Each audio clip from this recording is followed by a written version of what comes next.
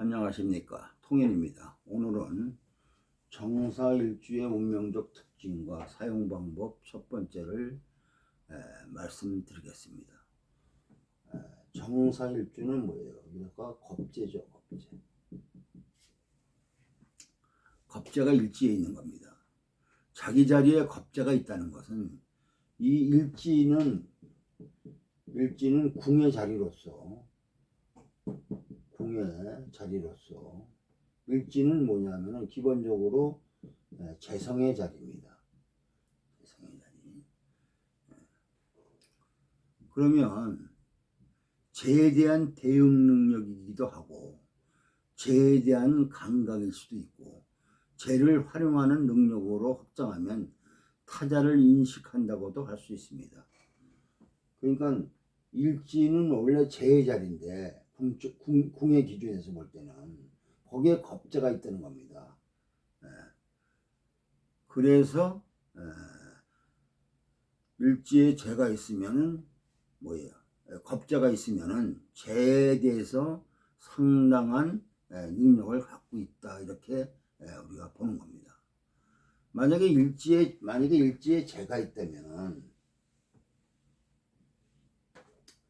일지에 이렇게 재가 있다고 본다면 자기 것만 생각한다는 뜻인데, 이것이 정제일 때는, 예를 들어서 뭐 무자일이다, 이렇게 정제가 있을 때는 그게 더 견고해집니다. 자기 것만 생각하는 게.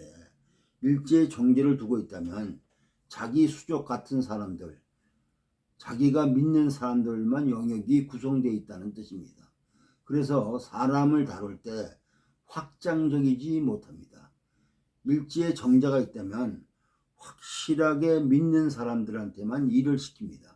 그게 장점이기도 하지만 한편으로 보면은 자기 틀 안에서만 생각하는 겁니다. 그런데 겁재가 이렇게 일지에 있다는 것은 겁재는 나의 적 아닙니까? 적을 자기 자리에 둔 거 아닙니까? 일지는 자기 자리니까. 그러면 재에 대응하는 겁재니까 당연히 타자에 대한 인식 능력을 갖게 됩니다. 그리고 재에 대한 감각으로 연결됩니다. 재를 다루는데 겁재를 통해서 다룰 수 있는 것, 겁재로 인식하는 형태가 대상과 연결되어 있습니다. 그래서 재에 대한 감각이 탁월하다고 인식하는 겁니다. 재에 대한 감각이 뛰어난 것 때문에 여러 가지 이점이 있지만 반대로 리스크도 커지죠. 수영을 잘하는 사람이 물에 빠집니다. 수영을 못하는 사람은 물을 두려워해서 물에 접근을 안 합니다.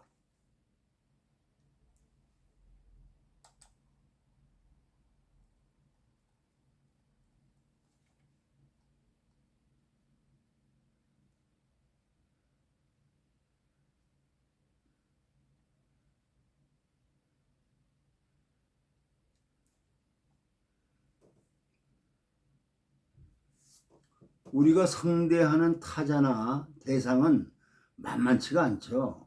방심하면 당합니다. 겁재가 발달된 명이 재를 잘 다룬다는 것을 염두에 두고 재를 잘 다루는 명이 재에 대한 감각이 뛰어나고 그런 것 때문에 도박, 투자 이런 것들이 따라오게 되고 그것 때문에 한 번에 많은 재를 얻기도 하고 잃기도 합니다. 겁재를 활용하니까 내가 돈을 버는 게 아니고 겁재를 이용해서 돈을 벌기도 할 수 있습니다. 겁재는 주변 조건이고 특히 사람일 수 있습니다.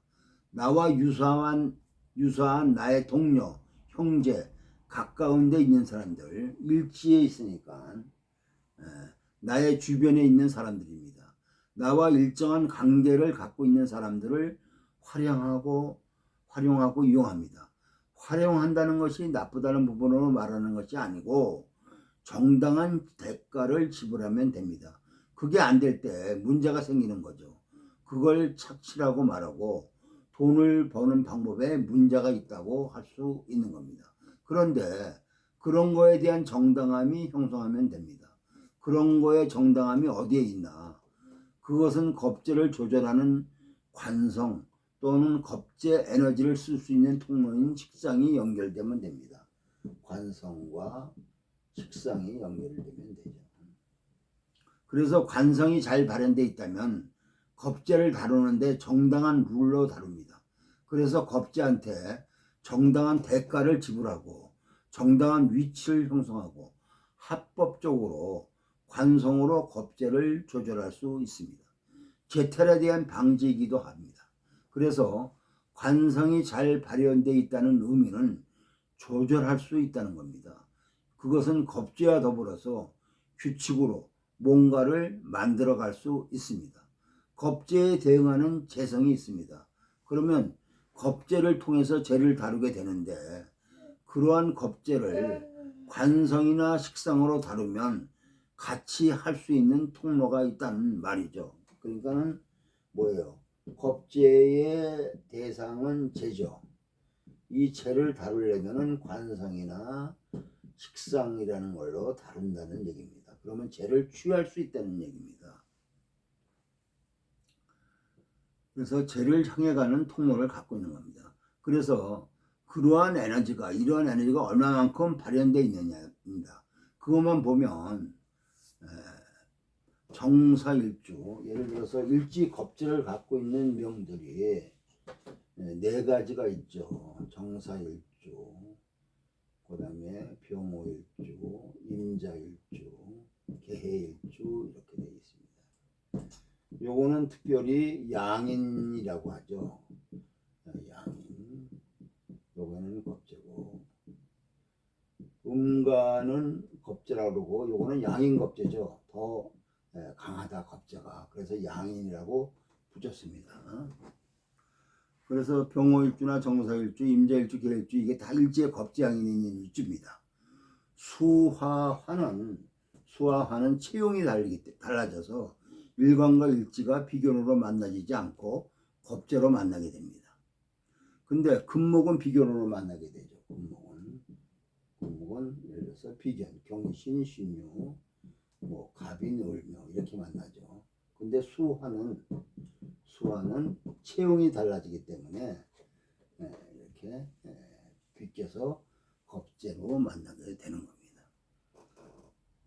어쨌든 겁제를 잘 활용할 수 있느냐 없느냐는 이런 조건과 연결해서 봐야 된다 이거죠.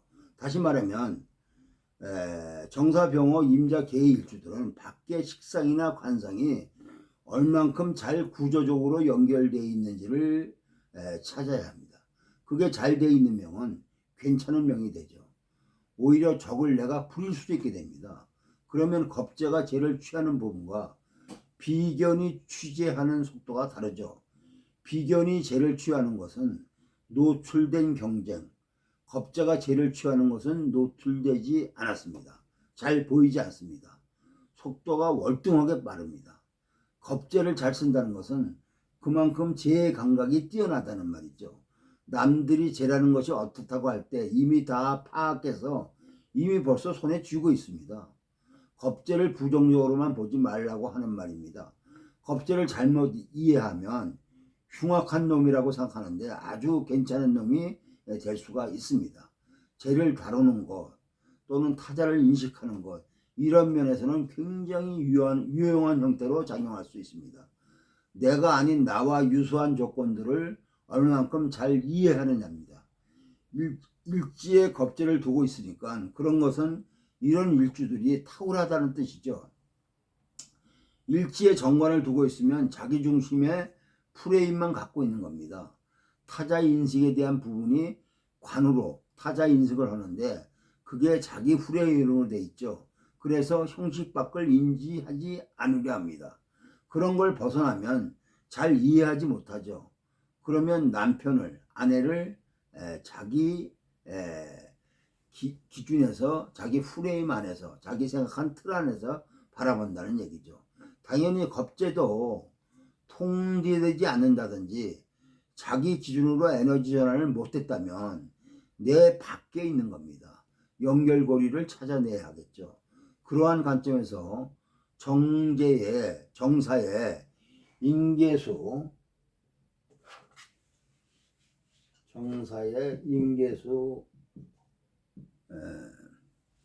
관살이 연결되면 겁재를 조절해서 잘 쓸 수 있다는 뜻입니다. 정사일주는 상당한 집중력이 있고 주변 조건에 따라 달라지겠지만 빛으로 작용합니다. 빛으로 작용. 사화가 정화를 조장하는 힘이 작용하게 되고 그러면 빛의 역할이 오랫동안 멀리 빛을 보낼 수 있는 작용을 합니다. 그러면 빛을 보낼 대상이 필요한데 그럴 때 뭐가 필요하냐? 어둠이 필요하죠. 어두울수록 빛이 더 작용이 활발해지는 겁니다. 그게 수입니다. 어둠이 수죠. 그러면 수가 왕할수록 능력을 발휘할 수가 있는 겁니다. 그러면 수가 어떻게 왕해져야 되느냐? 만약에 지지에 해자로 연결이 된다면, 해나 자수로 이렇게 연결이 된다면 정사일주와 뭐예요? 사해충 수국화로 정면으로 부딪히는 거죠. 직관적이고 통로 없이 바라봅니다. 수화가 부딪히는 거니까 그런 것은 격정적인 형태의 성정을 갖게 되죠. 격정적인 것은 격정적인 것에 에너지를 쓰겠지만 이런 구조는 조절되고 통관되기를 바랍니다. 수가 왕해지기를 바라는데 금생수가 돼서 왕해지기를 바라고 수가 왕하면 또 목이 필요합니다. 수가 약해서 지온을 받는다면 재생관돼야 합니다. 정사일주가 재생관이 잘 돼 있다면 겁재에 의한 재탈은 염려할 필요가 없죠. 오히려 재생관하는 거에 근거로 역할이 확실하게 되는 겁니다. 그러면 직장 생활할 때 일지사화라는 겁재가 무한한 동력으로 사용하게 됩니다. 재를 바라보는 감각이 탁월하죠. 그러면 재생관으로 연결돼서 직을 쓰는 걸로 피드백돼서 겁재를 조절하는 에너지로 연결되는 것이 되는 겁니다. 그런 명은 조직생활에 탁월한 명이 됩니다. 지배의 욕구가 있는 명들로 직이나 관을 쓰고 싶어하는 명들이 있습니다. 재생관이 되면 정사일주가 그런 성향이 강하게 작용합니다. 특히 임수로 연결될 때 정임합이 되고 임수로 이렇게 연결될 때 정임합이 되고 정화가 임수 정관과 연결이 돼서 안정된 직, 정화의 목적이 임수에 투영돼서 직을 갖게 됩니다. 재생관이 잘 되면 아주 귀한 명이 되죠. 임수가 왕하면 목이 있어도 됩니다. 그러면 관인상생이죠. 그러면 직을 다루는 입장에서 인성을 쓰게 되는 겁니다. 당연히 직을 다루는 형태나 모양이 달라지겠죠. 재상관 되는 명은 성공지수가 굉장히 높은 명입니다. 직위를 논하는 점점 승진하는 것을 요구하게 되고 관인상생으로 연결된다면 직에 대한 안정성을 확보하고자 하는 겁니다. 직에 대한 자격으로 연결되는 거니까 자격으로 직을 다루는 겁니다. 승진보다 더 중요한 것이 뭐예요? 자격이나 명예, 명분들을 중요시합니다. 자기 자격이나 전문성을 직으로 어떻게 연결할까가 관인상생이다 이거죠. 그것까지 보면은 수를 쓰는 것은 문제가 없습니다. 토는 무기토가 되겠죠. 무토, 기토. 무기토 식상이 됩니다. 화생토로 연결되는 구조죠. 화생토. 토를 쓴다는 것은 화를 끌어낸다는 뜻이죠. 화생토가 되면은 정사일주가 갖는 에너지를 개인적인 성취로 끌어내는 겁니다. 내가 하고 싶은 것을 하는 거죠. 수를 쓴다는 것은 외부의 규칙에 사회적 조건에 내 할 일을 맞추는 거고 거기서 할 일을 찾는 거고 토를 쓴다는 것은 내가 하고 싶은 것을 토를 통해서 실현한다는 거죠. 그래서 식상을 쓴다고 하는 것은 개인적 성취와 연결이 되어 있습니다. 관성은 외부 규칙에 나를 맞추는 거고 식상은 자기 스스로 해야 되는 겁니다. 자율적으로 알아서 해야 되는 거죠. 관성은 프레임만 지키면 됩니다. 식상은 프레임이 없으니까 자기가 자기 프레임을 만들지 못하면 들쑥날쑥합니다. 일관성이 부족하게 되죠. 그러면 감정이라는 걸로 카테고리를 만들어서 쓴다면 관성의 감정은 일관성으로 싫어도 아닌 척 보여지는 거에 맞춰져 있습니다. 그래서 외부의 자기 감정을 딱 맞춰 놓는 겁니다. 그 사람의 내면은 어떤지 몰라도 겉으로 보여지는 것은 뭔가 일관성을 갖고 있다는 뜻이죠. 그러다 그 프레임이 깨지면 사고 치는 겁니다. 식상은 뭐예요? 감정 기복이 보이죠. 얼굴에 바로 나타납니다. 아닌 척 하는 게 쉽지 않죠. 그런데 사람들은 자기 결핍을 포장합니다. 사람은 사회관계망에서 자기 감정을 포장하지 않으면 문제가 심각해집니다. 다 포장하죠. 얌전한 척하고 관성은 결핍이 뭐예요? 식상이죠. 대화할 때 자율성이 포장된 것처럼 말합니다. 자기는 감정을 감추지 않는다고 포장을 합니다. 조금 대화해 보면 형식에서 안 벗어나죠. 식상은 관성이 결핍입니다. 규칙적인 것처럼 자기를 포장하죠. 자기는 감정을 일관되게 표현하는 것처럼 합니다. 그런데 수시로 포장이 찢어져 나갑니다. 우리는 그 사람이 가식적으로 포장되어 있는 내면을 보고자 역학 공부를 하는 겁니다. 우리는 수십 개의 가면을 갖고 있습니다. 관성으로 자기 에너지가 투영하느냐, 식상으로 자기 에너지가 투영하느냐를 관찰해야 합니다. 무토로 연결되면 정사일주의 에너지를 무토로 연결하면 정사일주의 에너지를 일정한 상징적 영역을 만들어서 일관성을 형성하게 됩니다. 무토 상관은 정화의 영역을 형성합니다. 이 영역이 금을 그어서 못 넘어가게 하는 영역이 아니고 암묵적 영역이고 자연스럽게 한정된 영역이 만들어지게 됩니다. 그게 정화가 빛으로 작용하든 열로 작용하든 그 안에서 에너지가 형성되죠. 그러면 정화의 안정성이 보장이 되는 겁니다. 무토는 이렇게 정화를 이렇게 한정합니다. 이렇게 정화의 영역을 한정합니다. 이게 정화가 빛이든 열이든.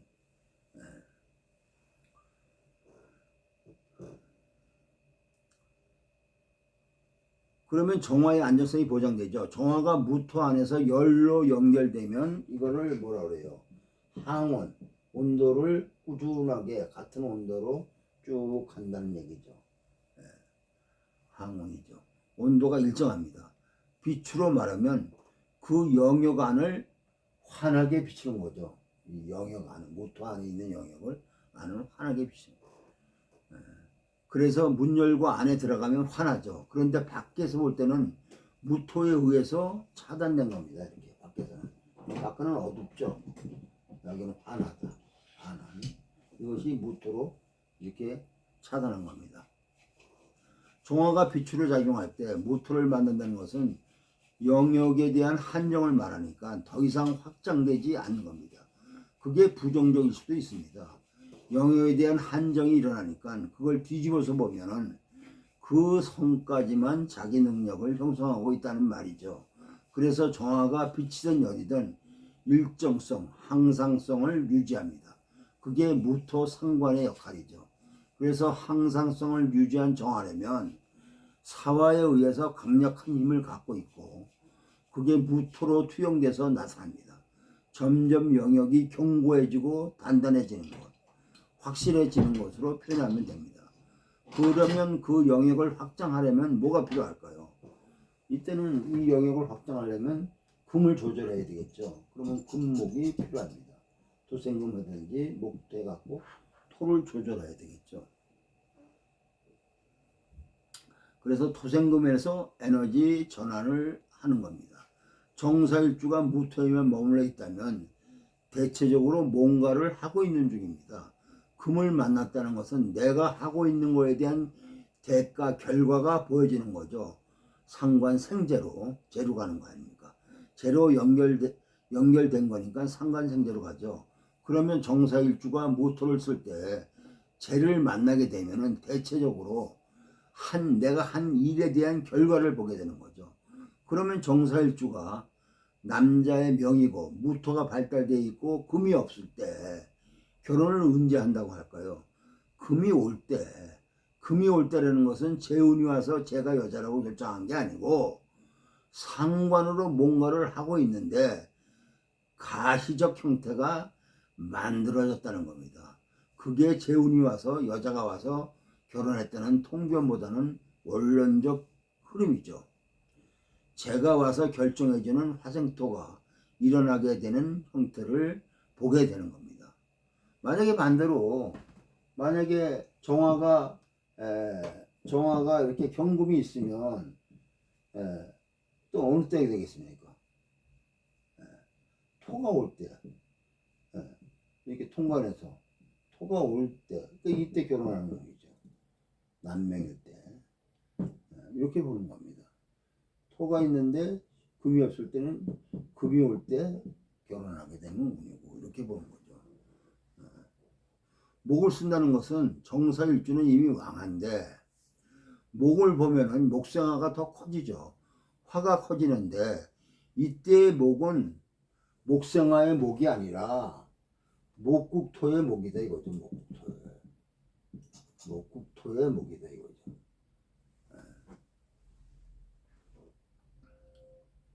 이 말은 상관의 자격을 부여하는 겁니다. 목국토로 상관의 자격 가치를 부여하는 것이 되죠. 그걸 상관폐인이라고 합니다. 그러면 내가 좋아서 하던 것에, 식상으로 내가 좋아서 하던 것에 목이 배입한다는 것은 국가나 단체의 인정을 받는 겁니다. 전문성이 확보되고 자격이 주어지는 거죠. 명예 인성이 있어서 화생토 되는 것에 목이 개입되어 있다면 처음부터 자격을 가지고 갈 수가 있죠. 상관이 폐인된 형태로 쓰는 겁니다. 이때는 뭐예요? 수의 개입이 중요하다 이거죠. 정사일주는 좋아하기 때문에 목이 왔을 때 목이 한결같이 목국토를 하려면은 수생목을 해줘야지 목이 일관적으로 목국토를 할 수가 있는 겁니다. 그래서 수의 개입이 중요하고 조여질 수 있기 때문입니다. 수생목에 목이어야 된다 이거죠. 순목이든지 수생목의 조건을 갖고 있어야 된다 이거죠. 그러면 인성이 휘발성이 아닌 지수성을 갖는다 이거죠. 근데 저게 조목 형태이면 휘발성이죠. 한때 필요했던 자격으로 연결됐었는데 그게 화로 넘어가 자격으로 남아있지 않습니다. 그래서 수생목이 따라오게 하는 것은 지속성을 갖추게 하는 거죠. 그것까지 연결해서 보면 식상을 쓰는 부분도 알 수 있습니다. 기토로 연결되면은 이건 기본적으로 생산성으로 연결이 되는 겁니다. 기토로 연결되면 기본적으로 생산성으로 연결이 되는 겁니다. 화생토 자체가 생산성으로 연결되는 거죠. 아주 강한 생산성으로 요구하기 때문에 기본적으로 금목이 따라오지 않으면 결과를 드러내기가 어렵습니다. 무토처럼 금목이 따라오지 않아도 영역을 형성할 수 있는 것, 항상성을 발휘해서 그걸 일관성으로 유지하지만 기토의 식신은 목이나 금으로 연결될 때 가치가 만들어집니다. 화를 설계하는 것에서 멈추면 실질적인 효과가 없죠. 그래서 식신생제를 하든 식신이 인성을 끌어들여야 하는데 인성을 끌어들인다 하는 것은 기토가 뭐예요? 목을 기른다는 뜻입니다. 식신이 인성을 길러내는 역할을 하게 되는 거죠. 당연히 생산성과 연관되어 있습니다. 금목을 쓸 때 간접적으로 수기운이 따라온다면 안정성, 지수성을 확보하게 됩니다. 정사일주에서 기본적으로 좋아질 수 있기 때문에 수가 더 필요하다 이겁니다. 오늘은 여기까지입니다. 구독과 좋아요를 눌러주시면 감사하겠습니다.